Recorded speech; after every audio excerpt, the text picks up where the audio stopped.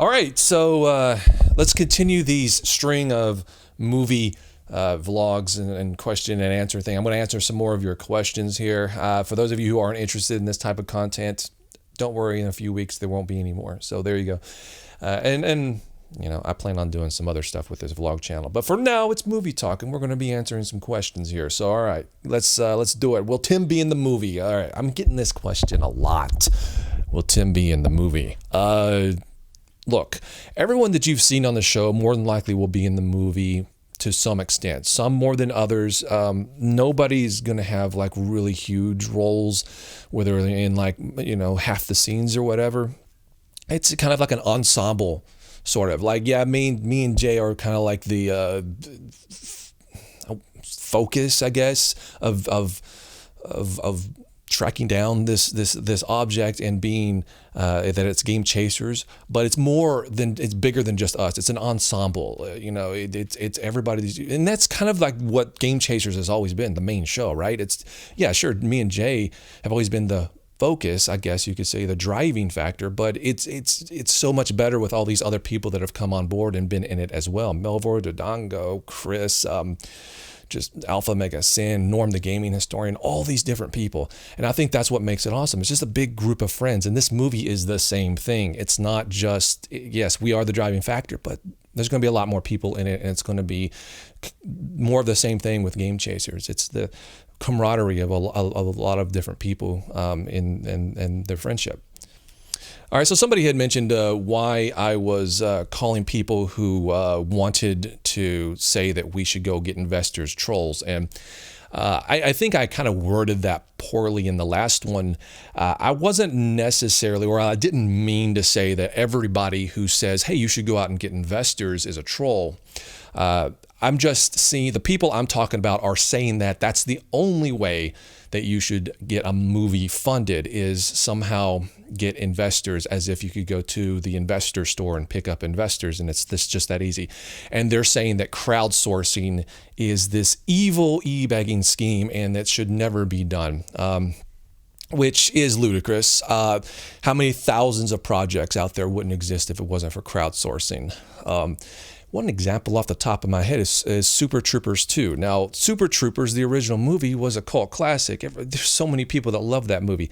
If they can't even go and get investors, and that thing made a lot of money, if they can't even get investors, then they had to go onto Kickstarter and crowdsource it. Mystery Science Theater 3000 as well. All these established franchises that's had to go to Kickstarter and crowdsource what they want to do because they can't get the funding for it otherwise.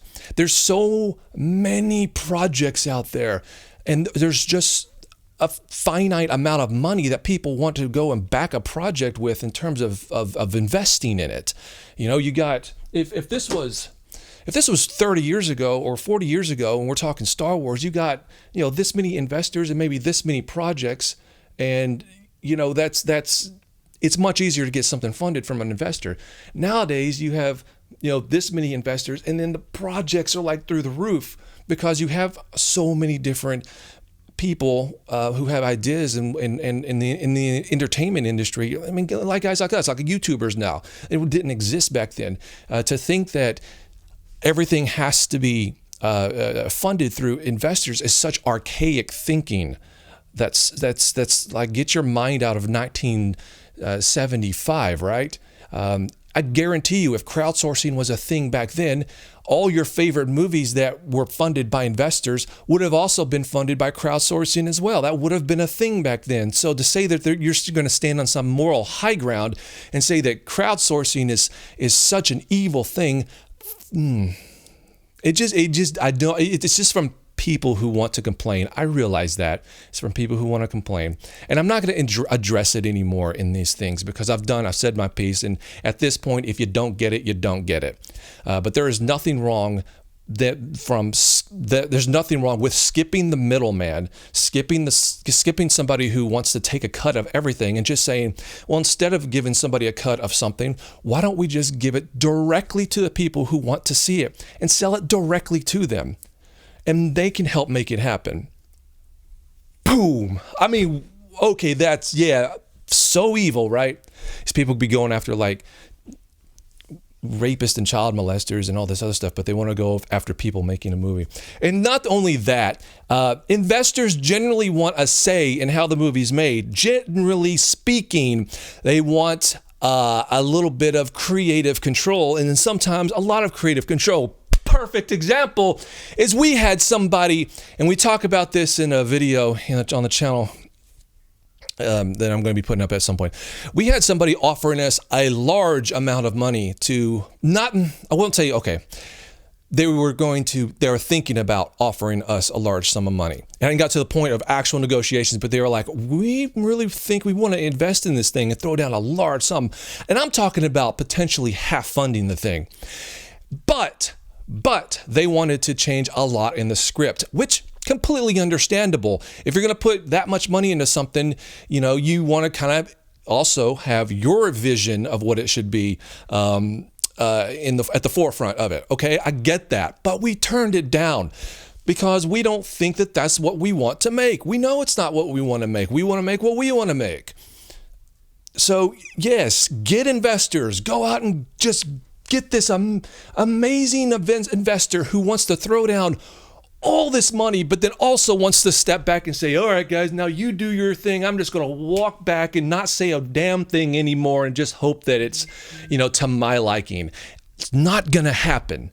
Okay.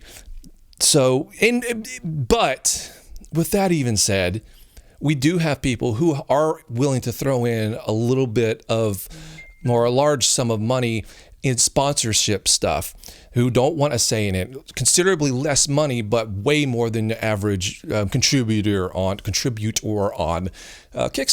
I had a meeting with somebody today who's going to throw in $5,000.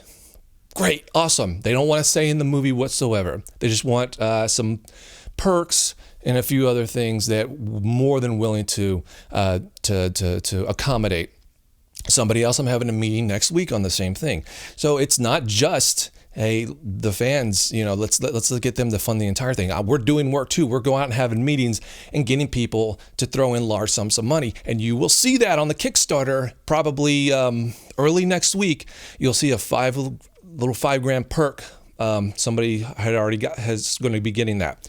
So don't take my word for it. You can just look for yourself. So that's going to be a thing. Possibly two if the second meeting goes great. God, I'm running out of breath here. So this is a really good question. Steven says, pitch it to Netflix.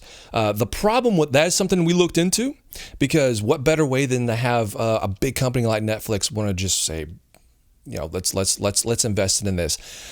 Again, if they don't want creative control, which, they could, but it's a possibility. It's something we looked into. Why not try that, right? Well, you can't. Okay, so you have to they will not accept pitches from just regular Joes like us who just say, hey, what about a Game Chasers movie? It doesn't work like that. And I found out it doesn't work like that because I tried it. So you have to already have ties to Netflix. You have to be an agent who has already pitched or already has a show on Netflix. That's the only way they'll consider funding it and essentially making it a Netflix original. Now you, after the fact, once the movie's made, you can pitch it to Netflix and have them purchase it for showing and streaming on the site, but they won't invest in it and they won't help get it made. Now, will we try to, once this thing's made, to potentially get it up on Netflix and have them buy it? I mean, sure, yeah, we'll try. Why would we not try? Will they want it? Who knows? This thing could be anything from a cult classic to something bigger. I don't know yet. You never know until you see the final product, but it's a possibility. We'll definitely try. And believe me, there are some shitty movies on Netflix. I guarantee you our movie is going to be tons better than some of the crap that I've seen on Netflix. So I cannot imagine them saying no. I don't know. I don't know. I don't know what the criteria is on that, but we'll see. Epic Monster asks, do they have to pay? You have to pay shipping on everything? Yeah, because we have to pay shipping on everything. And trust me, shipping of all of our Blu-ray projects and DVD projects, the shipping is the biggest expense, even more so than getting the things made. And they cost 5 figures to get them made. Every one of them's cost 5 figures. And so the shipping is right there along with it. It's just, especially once you get to the international stuff, my God, and they've gone up.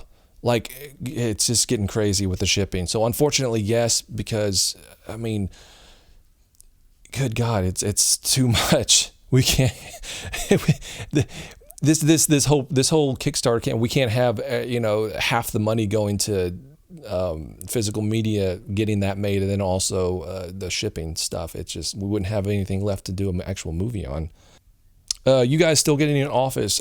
Yes, we are trying. We have somebody else in the fold who potentially might want to help us with that, so we're looking, and that has nothing to do with the movie, but I still haven't figured out how to answer it. So yes, we're definitely trying. All right, so this is the last question I'm going to answer, because I think the battery on the camera is about to die. But Dr. Pest asks, so are you going to be taking acting lessons? We are all going to be taking acting lessons, just because we want to.